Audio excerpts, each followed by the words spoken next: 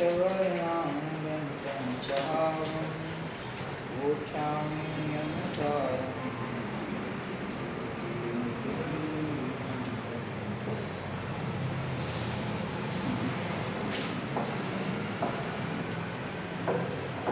नियम साधन प्रथम जीव अधिकार चौथी गाथानी चर्चा આપણે કાલે કરી કે જે નિયમ છે એટલે કે સમ્યક દર્શન જ્ઞાન અને ચારિત્ર છે તે જ ખરેખર નિયમથી મોક્ષનો ઉપાય છે અને તે કાર્ય નિયમ પ્રગટ કરવાનો ઉપાય એ પણ નિયમથી કારણ નિયમ છે એટલે કે પોતાનો ત્રિકાળી ધ્રુવ પરમ પારણામિક સ્વભાવ પરિપૂર્ણ વસ્તુ તેના આશ્રયે સમ્યક દર્શન જ્ઞાન ચારિત્ર રૂપ શુદ્ધ પરિણતિ પ્રગટ થાય છે અને તે શુદ્ધ પરિણતિ ખરેખર તો અભેદ છે પરંતુ સમજાવવા અર્થે તે શુદ્ધ પરિણતિમાં જ્ઞાન દર્શન અને ચારિત્રનો ભેદ કરવામાં આવે છે જ્યારે પણ ગુણ ભેદની ચર્ચા જ્ઞાનના સ્વરૂપની ચર્ચા શ્રદ્ધાના સ્વરૂપની ચર્ચા ચારિત્રની ચર્ચા કરવામાં આવે છે ત્યારે એ વાત આપણને ખ્યાલમાં રહેવી જોઈએ કે આ ચર્ચા ગુણોના સ્વરૂપને સમજવા માટે તો યોગ્ય છે પરંતુ એનાથી કોઈ એમ ગ્રહણ કરે કે આત્મામાં જ્ઞાન દર્શન ચારિત્ર અસ્તિત્વ વસ્તુત્વ ઇત્યાદિ ગુણોના ભેદ પડેલા છે તો કે છે ભેદ નથી જ્યાં સુધી ભેદ પર દ્રષ્ટિ રહેશે જેમ કે જ્ઞાન આત્માનો ગુણ છે ને તો કોઈ આત્માને ગૌણ કરીને માત્ર જ્ઞાનનો વિચાર કરે તો એ જીવ પોતાના સંપૂર્ણ ત્રિકાળી ધ્રુવ ભગવાન સુધી નહીં પહોંચી શકે અન્ય કોઈ ગુણનો વિચાર કરે અને એમાં જ સંતુષ્ટ થાય તો એ જીવ પોતાના આત્મા સુધી નહીં પહોંચી શકે તો એ રીતે આ ગુણોનો ભેદ છે એ તો આત્માના સ્વરૂપને સમજવા માટે કરવામાં આવ્યું છે કે ભાઈ ત્રિકાળ વસ્તુ કેવી છે પરિપૂર્ણ છે પરિપૂર્ણ કેવી છે કે એમાં અનંત ગુણો રહેલા છે તો કયા અનંત ગુણો રહેલા છે તો કે એમાંથી થોડા ગણાવીએ છીએ તો જ્ઞાન દર્શન ચારિત્ર સુખવીર ઇત્યાદિ મુખ્ય ગુણો છે કયા અસ્તિત્વ વસ્તુત્વ આદિ 6 સામાન્ય ગુણ કયા 47 શક્તિઓ કઈ કે એવા આ તો ઉદાહરણ છે આવા અનંત ગુણ આત્મામાં છે પણ એ અનંત ગુણોનો કોઈ ભેદ આત્મામાં નથી બરાબર આત્માનો અનુભવ પ્રગટ થતા સમ્યક દર્શન જ્ઞાન ચારિત્ર રૂપ શુદ્ધ પરિણતિ પ્રગટ થાય છે એ શુદ્ધ પરિણતિમાં અંતર્ભૂત થઈને રહેલા એ જ્ઞાન દર્શન અને ચારિત્ર આદિ ગુણો છે એમને સમજાવવા અર્થે કે આ જ્ઞાન છે આ દર્શન છે આ ચારિત્ર છે એ રીતે ભેદ કરવામાં આવે છે જેથી કરીને જીવોને આત્માનું સ્વરૂપ સ્પષ્ટપણે ખ્યાલમાં આવે તો આચાર્યદેવે અહીંયા કહ્યું કે આગળ વિષય જે આવશે એની અંદર આ જ્ઞાન દર્શન ચારિત્રનો ભેદ કરીને અમે સમજાવીશું એ વિષય ચોથી ગાથામાં આવ્યો હવે એની આગળ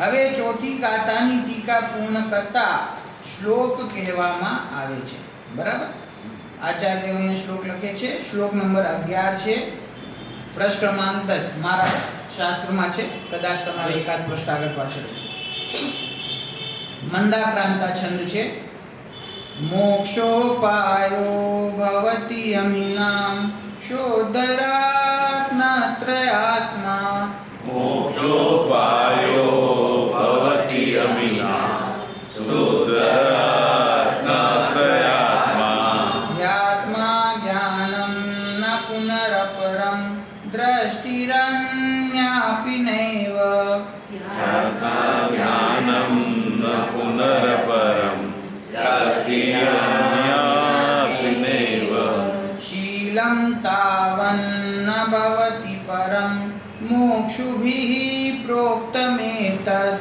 શીલં તાવન ભવતિ પરમ મોક્ષુભિઃ પ્રોક્તમેતत् बुद्ध्वा जन्तुर्न पुनरुद યાતિ માતુ સભવ્યઃ ભૂત્વા જંતુર્ન પુનરુદરમ યાતિ માતુ સભવ્ય.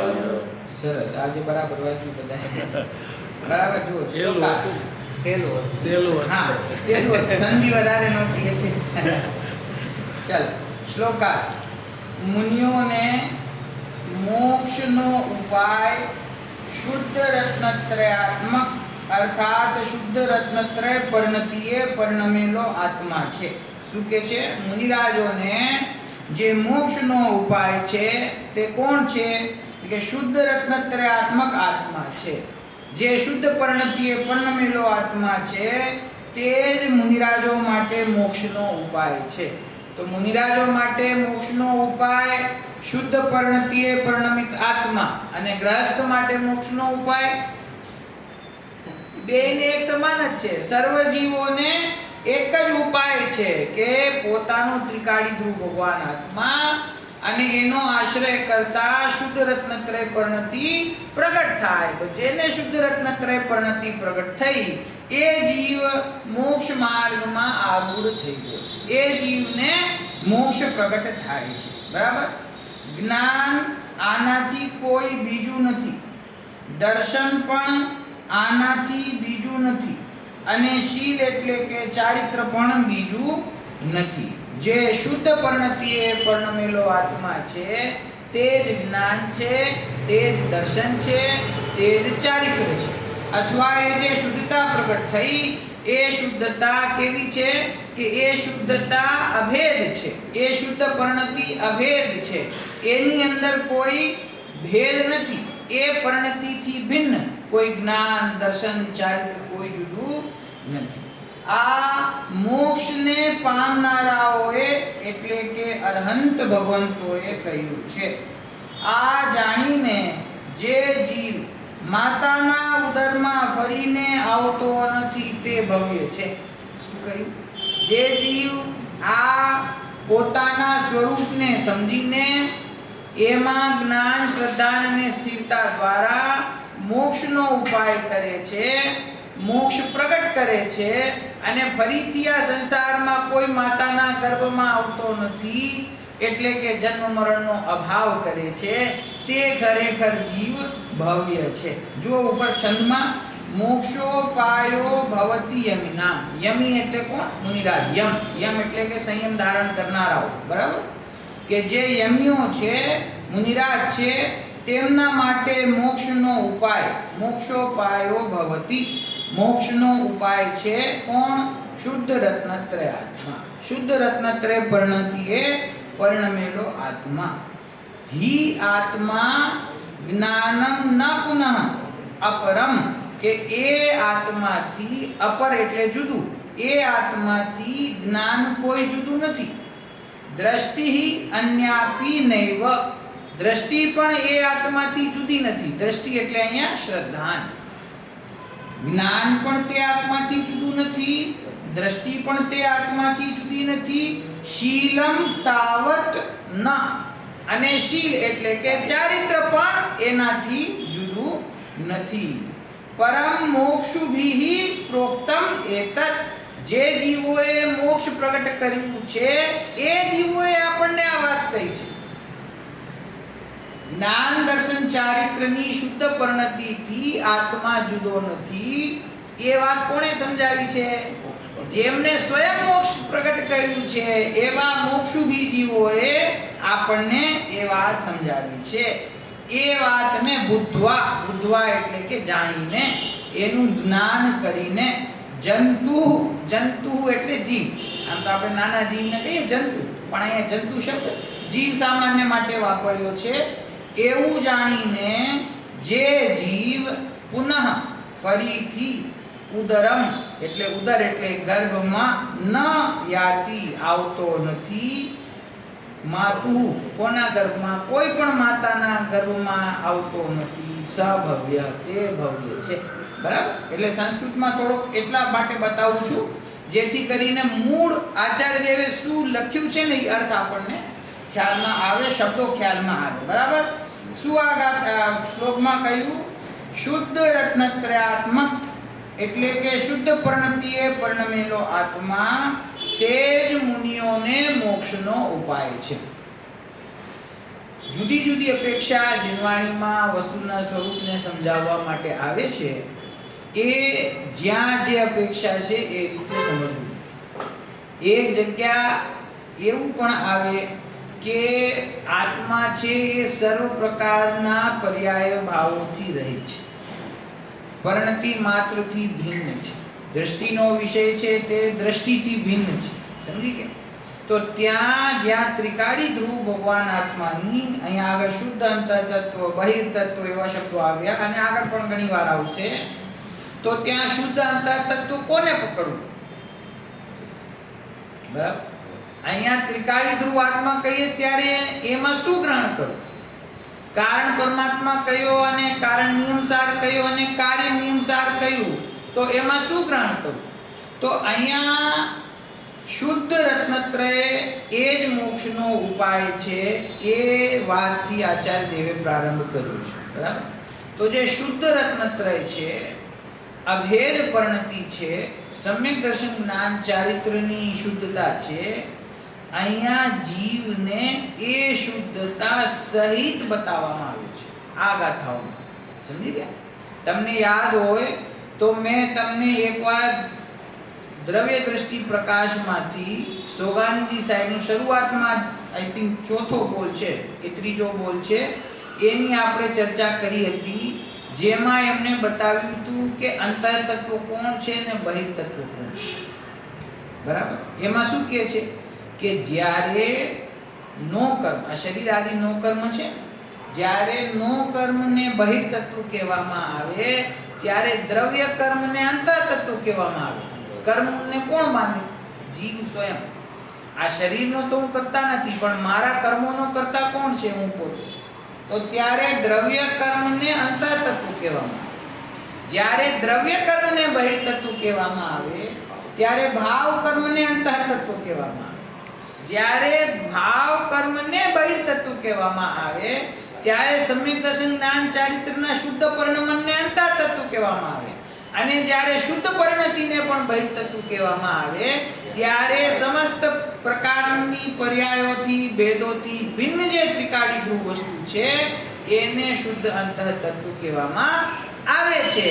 પાછું એમણે લખ્યું એની નીચે કે એક અપેક્ષામાં બીજી અપેક્ષાને ભેગી કરતા ગોટાળો થાય છે, એટલે ગોટાળો ના કરવો. તો અહીંયા કઈ અપેક્ષા ચાલી રહી છે કે મોહરાગ દ્વેષરૂપ વિકારી ભાવ જે છે તે બહિર્તત્વ છે અને સમ્યક દર્શન જ્ઞાન ચારિત્ર છે તે અંતરતત્વ છે. એ પરિભાષા ઉપર આ ગાથાઓ છે.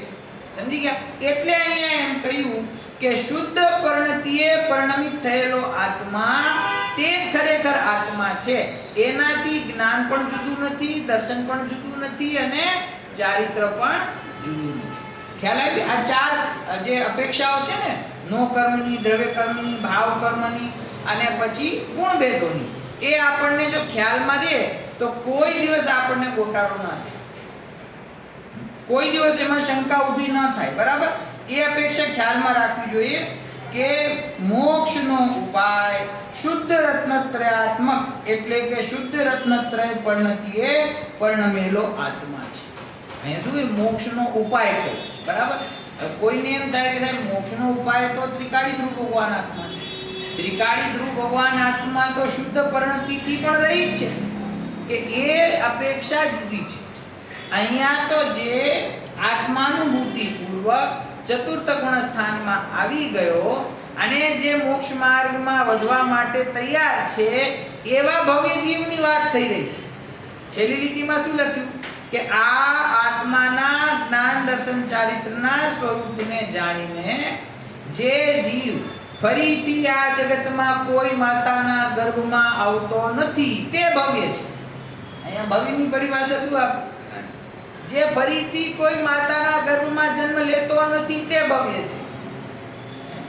એટલે એનો અર્થ શું કે જે મોક્ષ માર્ગનો અભૂતપૂર્વ પુરુષાર્થ કરી રહ્યો છે, મુનિરાજ કહ્યા ને, આ મુનિરાજને કહ્યું છે કે જે મુનિઓ માટે મોક્ષનો ઉપાય કોણ છે? શુદ્ધ રત્નત્રય પરિણતિએ પરિણમેલો આત્મા. જ્યાં સુધી સમ્યક દર્શન જ્ઞાન ચારિત્ર પ્રગટ થયું નથી ત્યાં સુધી મોક્ષનો માર્ગ પ્રારંભ પણ થયો નથી.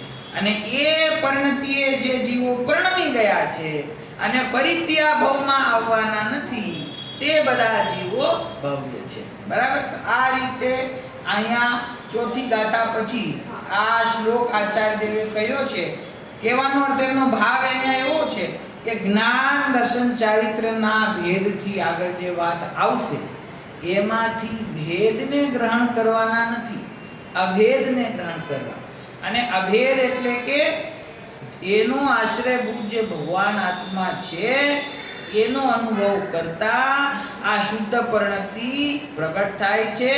અને શુદ્ધ પરિણતિ પ્રગટ થતા આત્મા અભેદ રૂપે એ પરિણતિએ પરિણમી જાય છે. અને જે શુદ્ધ પરિણતિએ પરિણમેલો આત્મા છે એ જ મોક્ષ રૂપે પરિણમે છે. એટલે મોક્ષનો ઉપાય બતાવે છે, એનું ફળ બતાવે છે અને એને પ્રગટ કરવાની પ્રેરણા. બરાબર. આ રીતે લગભગ અહીંયા છે ને આમ ઉત્થાનિકા જેવું છે. આ ચોથી ગાથા સુધીમાં આ મંગલાચરણ અને ઉત્થાનિકા કે આ ગ્રંથમાં શું વિષય આવશે એની ચર્ચા અહીંયા કરી છે. હવે આગળની 5મી ગાથા આવે છે. હજી આમાં પ્રારંભમાં હજી તો વ્યવહાર સમ્યક્તની વાત આવશે, પછી ધીરે ધીરે વિષય આગળ વધશે. જુઓ 5મી ગાથા, પેજ નંબર 11 છે. અત્તાગમ તચાણમ સદ્દહણાદો અવેઈસામત્તમ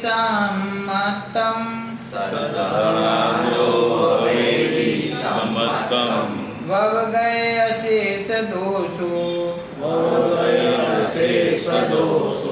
સયલ ગુણ પાવે અતો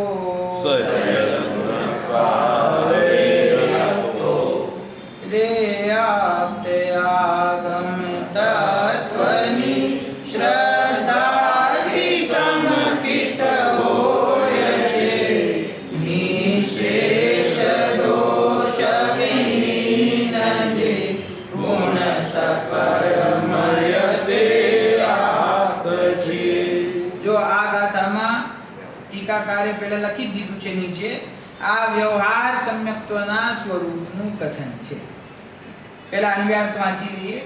આપ્ત, આગમ અને તત્વોની શ્રદ્ધાથી સમ્યક્ત્વ હોય છે. જેના અશેષ એટલે કે સંપૂર્ણ સમસ્ત જેના અશેષ દોષો દૂર થયા છે એવો જે સકળ ગુણમય પુરુષ તે આપ્ત છે. બહુ સંક્ષેપમાં અહીંયા વાત કરી. વ્યવહાર સમ્યક્ત્વની પરિભાષા બતાવી કે જે આપ કોને કહેવાય? સર્વજ્ઞ પરમાત્મા. આપ એટલે ન્યાયની પરિભાષા એવી છે કે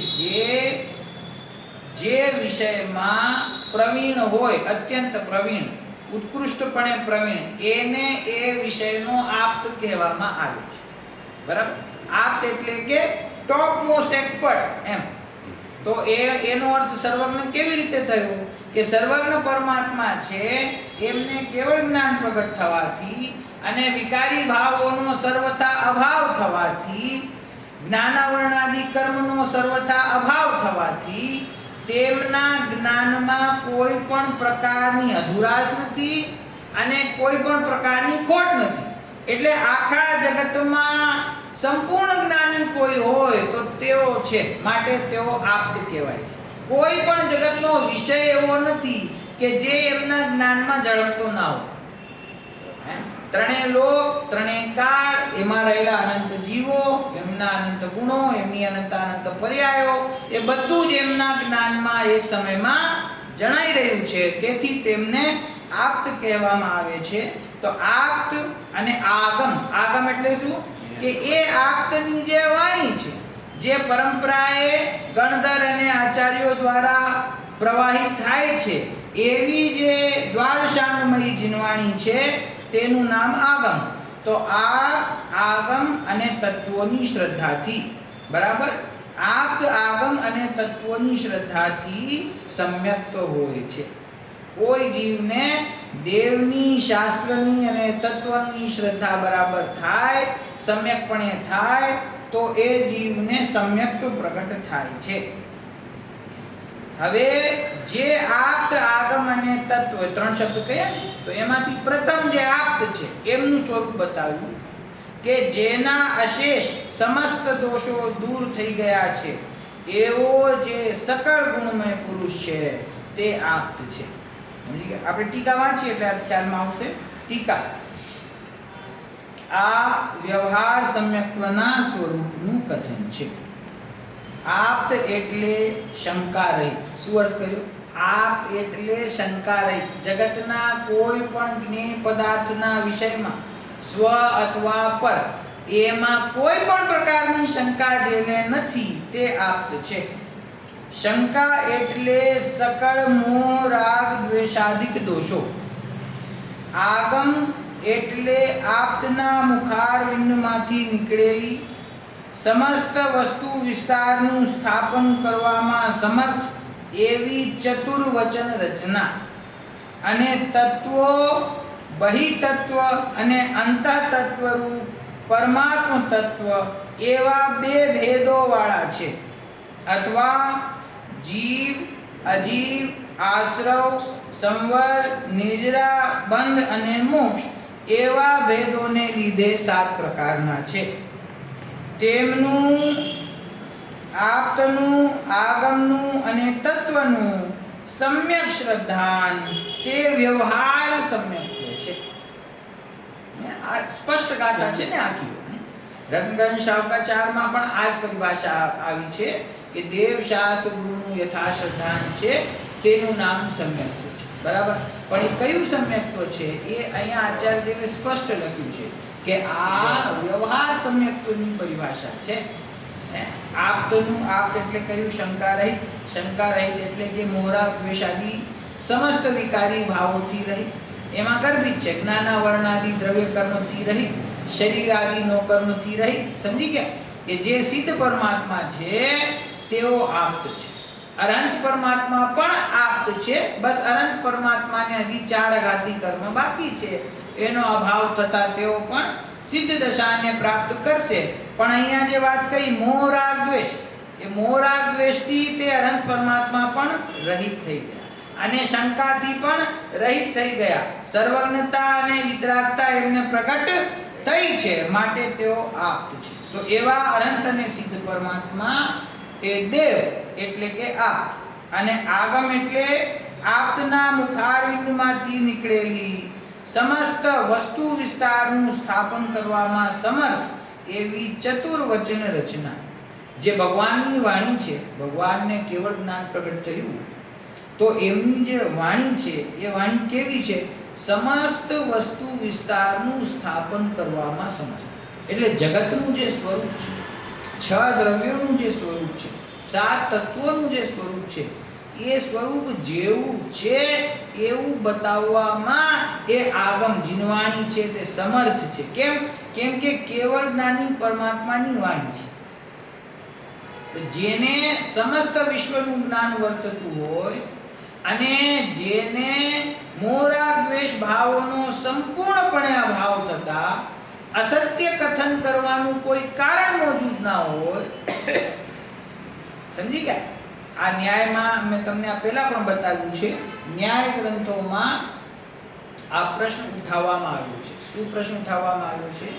કે તમારા ભગવાન જે કાંઈ કહે છે, સર્વજ્ઞ પરમાત્મા તમે જે કહો છો, અન્ય મતી આપણને પૂછે છે કે તમારા ભગવાન જે કાંઈ કથન કરે છે એ પૂર્ણપણે સત્ય છે એવો નિર્ણય કેવી રીતે થાય? તમે તો શ્રદ્ધાથી એમ કહો છો કે અમારા ભગવાને જે કહ્યું એ સાચું છે. તો એ તો જેટલા મત જગતમાં છે પ્રત્યેક મતનો અનુયાયી એમ કહે છે કે અમારા ભગવાને જે કહ્યું એ સાચું છે.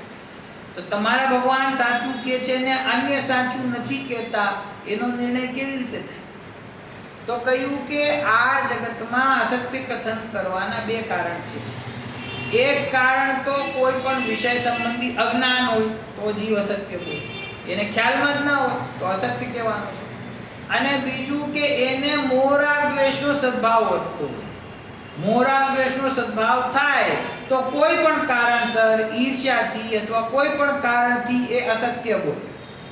પરંતુ અમારા જે વિતરાગ સર્વજ્ઞ પરમાત્મા છે એને મોહરાગ દ્વેષાદી વિકારી ભાવનો સંપૂર્ણપણે અભાવ થયો છે, બરાબર. અને કેવળ જ્ઞાન પ્રગટ થતા, સર્વજ્ઞતા પ્રગટ થતા જગતના કોઈ પણ વિષયમાં એમને શંકા નથી, અજ્ઞાન નથી. પ્રત્યેક વિષય એમને અત્યંત સ્પષ્ટપણે એમના જ્ઞાનમાં જણાઈ રહ્યો છે. તો કેવળ જ્ઞાનમાં વિષય જણાઈ રહ્યા છે અને અસત્ય કહેવા માટે મોહરાગ દ્વેષનો સદ્ભાવ એમને છે નહીં, માટે એ જે તત્વનું સ્વરૂપ બતાવે છે એ એવું જ છે. અને એમના દ્વારા બતાવેલા માર્ગ પર ચાલીને આજ સુધી અનંત જીવોએ પોતાના આત્માની પ્રાપ્તિ કરીને સિદ્ધ દશા પ્રગટ કરી છે. તો એનાથી અમને ખ્યાલ આવે છે કે એમના દ્વારા બતાવવામાં આવેલા તત્વનું સ્વરૂપ એવું જ છે.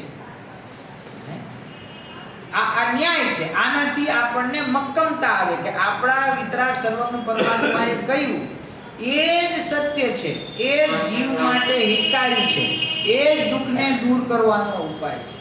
અને જગતમાં બીજા ગમે તેટલા મત હોય, એમને ચલાવનારા, એમને અનુસરણ કરનારા, એ માર્ગ પર સ્વયં ચાલનારા, એ ના તો પોતે વિતરાગ છે, ના પોતે સર્વજ્ઞ છે. તેથી એમના દ્વારા કહેલી જે વાત હોય એમાં પૂર્વાપર વિરોધ હોય છે.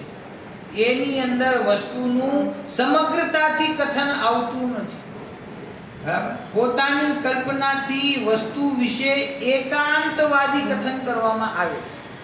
તેથી એમના દ્વારા બતાવેલો માર્ગ છે તે અસત્ય છે અને વિતરાગ સર્વજ્ઞ પરમાત્મા દ્વારા કહેલો જે માર્ગ છે જેને અહીંયા આગમ કહેવામાં આવે. આગમ, બરાબર. એ આપ્તની જે વાણી છે, આપ્તથી જે પ્રાપ્ત થયેલું છે એને કહેવામાં આવે છે આગમ. તો કહે છે કે એવા જગતના સમસ્ત વસ્તુ વિસ્તારનું સ્થાપન કરવામાં સમર્થ એવી ચતુર્વચન રચના. આ ચતુર શું કામ કહ્યું? કે પૂર્વાપર વિરોધથી રહિત જીવવાની છે. અહીંયા ભાવુક થઈને એક વાત કહી દે અને 10 ગાથાઓ પછી એ વાતનો વિરોધ આવી જાય, એવી આ વાણી છે. આમાં કોઈ પણ વસ્તુનો એકાંતથી કથન કરવામાં આવ્યો નથી. તેથી આ ચતુર છે. ચતુર એટલે કે જેવું વસ્તુ સ્વરૂપ છે એનું કથન કરવામાં, એને સમજાવવામાં સમર્થ આ વાણી છે. એનું નામ આગમ છે. અને તત્વ, બહિતત્વ અને અંતરતત્વ, મૂળ બે જ ભેદ કરી નાખ્યા આચાર્ય અહીંયા. 7 તત્વ છે ને એને 2 ભેદ કર્યા, બહિર્તત્વ અને અંતરતત્વ. તો અંતરતત્વ તો એક જીવ તત્વ છે અને બાકીના બધા બહિર્તત્વ છે. સમજી ગયા? અથવા 7 નામોના ભેદથી સમજવા હોય તો જીવ, અજીવ, આશ્રવ, સંવર, નિજરા, બંધ અને મોક્ષ, એ પ્રમાણે 7 ભેદો સહિત આ તત્વ છે. તો આ રીતે આપ્તનું એટલે કે દેવનું, આગમનું અને તત્વનું સમ્યક શ્રદ્ધાન તે વ્યવહાર સમ્યક છે. 7 તત્વનું શ્રદ્ધાન થાય, ભગવાનને જે વાણી કહી છે એનું શ્રદ્ધાન થાય, સ્વયં પરમાત્માનું શ્રદ્ધાન થાય, તો એનું નામ સમ્યક દર્શન નથી, એનું નામ વ્યવહાર સમ્યક છે. અને આ વ્યવહાર સમ્યક તો અહીંયા શું કામ બતાવે છે કે આ વ્યવહાર સમ્યક્તને જ જગતના જીવો સમ્યક દર્શન સમજે છે. અને જ્યાં એને એવું લાગે છે કે મને દેવશાસ્ત્ર ગુરુનું, દેવશાસ્ત્ર અને તત્વનું શ્રદ્ધાન બરાબર થયું છે, ત્યાં એ સંતુષ્ટ થઈ જાય છે કે મને સમ્યક દર્શન પ્રગટ થઈ ગયું. જ્યાં એને કશાયની મંદતા થાય છે ત્યાં એને એમ લાગે છે કે હું ધર્મના માર્ગ પર ચાલી રહ્યો છું. સમજી ગયા? તો કહે છે કે આ છે એ ખરેખર જે અહીંયા આગળ શબ્દ આવ્યો તો કે આ નિરુપચારિક, ઉપચારથી રહિત જે શુદ્ધ સમ્યક દર્શન જ્ઞાન અને ચારિત્ર છે તે આ સ્વરૂપ નથી, આ વ્યવહાર સમ્યક છે. આ સાચું સમ્યક તો, નિશ્ચય સમ્યક તો નથી. ત્રીજી ગાથામાં જે વિપરીત શબ્દ વાપર્યો કે જે વિપરીતના પરિહાર અર્થે એમ કહ્યું સાર શબ્દ લગાડવામાં આવ્યો છે, એ વિપરીત ભાવ કયો છે? એ આ ભાવ છે. આ વ્યવહાર સમ્યક્તનો જે ભાવ છે આ સાર શબ્દથી આનો નિષેધ થઈ જાય છે. સમજી ગયા? જો જેનો નિષેધ છે એનું સ્વરૂપ પણ સમજાવ્યું છે, કારણ કે જીવ ભ્રમિત તો એની સાથે જ થાય છે. પ્રત્યેક શાસ્ત્રમાં તમે જોશો ને તો જીવ અધિકાર પછી અજીવ અધિકાર બે અધિકાર હોય. અધિકતર શાસ્ત્રોમાં છે તો જીવ અને અજીવ બંને અધિકાર લખે. શું કામ લખે? કે જીવનું જે સ્વરૂપ છે એ ખ્યાલમાં નહીં હોવાથી અજીવનું જે સ્વરૂપ છે એને જીવ માનવામાં આવે છે. સમયસારમાં પણ પ્રારંભમાં બધી ગાથાઓ આવે છે ને કે હું શરીર નથી, મન નથી, વાણી નથી, દ્રવ્ય કર્મ નથી, ભાવ કર્મ નથી, પછી કે ગુણ સ્થાનનું ગુણ નથી, સમજી ગયા? માર્ગના સ્થાનનું રૂપ ગુણ નથી, જીવ સ્થાનનું ગુણ નથી, સમાસનું ગુણ નથી. એ શું કામ કેવું પડે? કારણ કે એ બધા જે અજીવના જડના ભાવો છે, જે કર્મને આશ્રિત ભાવો છે, એમાં જીવને એવો ભ્રમ થઈ જાય છે કે આ મારા ભાવ છે. ગુણસ્થાન કોના છે? તો કે ગુણસ્થાન તો જીવના જ હોય ને. ગુણસ્થાન કોના હોય? તો કે ભાઈ જે ગુણસ્થાન જે છે એ ગુણસ્થાન કર્મ સાપેક્ષ પ્રગટ થયેલો ભાવ છે.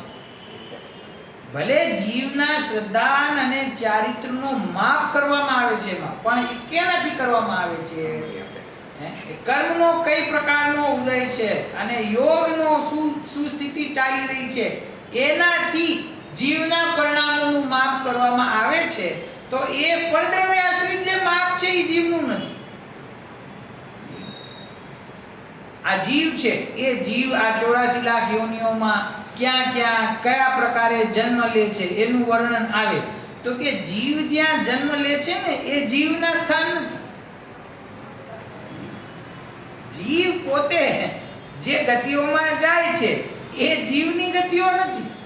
તો જ્યાં સુધી આ રીતે એને વ્યવહાર અને નિશ્ચયના સ્વરૂપનો ભેદ ખ્યાલમાં નથી હોતો ત્યાં સુધી એને જે ભાવો મારા નથી, જે પરિણમન મારું નથી, જે પરિણતિ મારી નથી, એમાં આ હું છું એવો ભ્રમ થઈ જાય છે. વિકારી ભાવ પ્રગટ થાય, મોરાગ દ્વેષનો ભાવ થાય, ક્રોધ આવે તો એને એમ થાય આ ક્રોધ રૂપે કોણ પરિણમી રહ્યું છે? આત્મા જ પરિણમી રહ્યો છે. તો આ ભાવો કોના છે? મારા છે. તો એ ભાવ કર્મને પોતાના માને છે. જે કર્મ બાંધે છે એ દ્રવ્ય કર્મને પોતાના માને છે. એના ફળમાં જે નો કર્મ પ્રાપ્ત થાય એને પોતાના માને છે. તો એ બધા પરદ્રવ્યો અને પરભાવોથી ભેદ જ્ઞાન કરાવવા માટે જે વિપરીત ભાવો છે એનું પણ સ્પષ્ટ જ્ઞાન આપણને હોવું જોઈએ. છડાળામાં એક પંક્તિ આવી, બિન જાનેવા દોષ ગુણન કો કેસે તજીએ ગઈએ. કે જો તમે દોષોને અને ગુણોને બંનેને નહીં જાણો, કોઈને એમ થાય હું ખાલી ગુણને જ જાણી લઉં, દોષને જાણવાની શું જરૂર છે? તો કે ગુણોને નહીં જાણો તો ગુણોને ગ્રહણ કેવી રીતે કરશો? અને દોષોને નહીં જાણો તો દોષોને છોડશો કેવી રીતે? છોડવા માટે પણ દોષનું સ્પષ્ટ નિર્ણય કે આ મારું સ્વરૂપ નથી એવો નિર્ણય હોવો જોઈએ. નિશ્ચય સમ્યક્ત્વ, સ્વભાવ સમ્યક્ત્વ, શુદ્ધ સમ્યક્ત્વ, શુદ્ધ રત્નત્રય, સ્વભાવ રત્નત્રય એવા શબ્દો અહીંયા નિયમસારમાં આવ્યા. તો એ સ્વભાવ રત્નત્રય, અભેદ રૂપ પરિણતિ, શુદ્ધ પરિણતિ તે મારું સ્વરૂપ છે. અને દેવશાસ્ત્ર અને ગુરુનું અને તત્વનું એટલે કે ધર્મનું જે શ્રદ્ધાન છે જેને સમ્યક્ત્વ સમજવામાં આવે છે એ ખરેખર વ્યવહાર સમ્યક્ત્વ છે. વ્યવહાર સમ્યક્ત્વ છે એટલે શું? વ્યવહાર સમ્યક્ત્વ છે એટલે સમ્યક્ત્વ છે નહીં, ઉપચારથી એને સમ્યક્ત્વ કહેવામાં આવે છે. ભાઈ અહીંયા એમ લખ્યું કે આ વ્યવહાર સમ્યક્ત્વ છે, પછી આગળની ગાથામાં આવશે કે આ નિશ્ચય સમ્યક્ત્વ છે, તો આવી પણ ગયું આગળ. તો કોઈને એમ થાય કે આ બે સમ્યક્ત્વ છે, એક નિશ્ચય સમ્યક્ત્વ છે અને એક વ્યવહાર સમ્યક્ત્વ છે. એમ બે સમ્યક્ત્વ નથી. હા, નિરૂપણ બે પ્રકારે છે. આત્માનુભૂતિ રૂપ જે સમ્યક દર્શન જ્ઞાન ચારિત્ર પ્રગટ થાય છે તે જ ખરેખર સમ્યક્ત્વ છે. અત્યારે નિશ્ચય વ્યવહાર બંને ભૂલી જાઓ. તે જ ખરેખર સમ્યક્ત્વ એટલે ત્રણેય ભાવ એમાં આવી ગયા. સમ્યક દર્શન, સમ્યક જ્ઞાન, સમ્યક ચારિત્ર. આત્માનું જ્ઞાન, આત્માનું શ્રદ્ધાન અને આત્મ સ્વરૂપની સ્થિરતા, એનું નામ જ્ઞાન દર્શન ચારિત્ર રૂપ સમ્યક્ત્વ છે.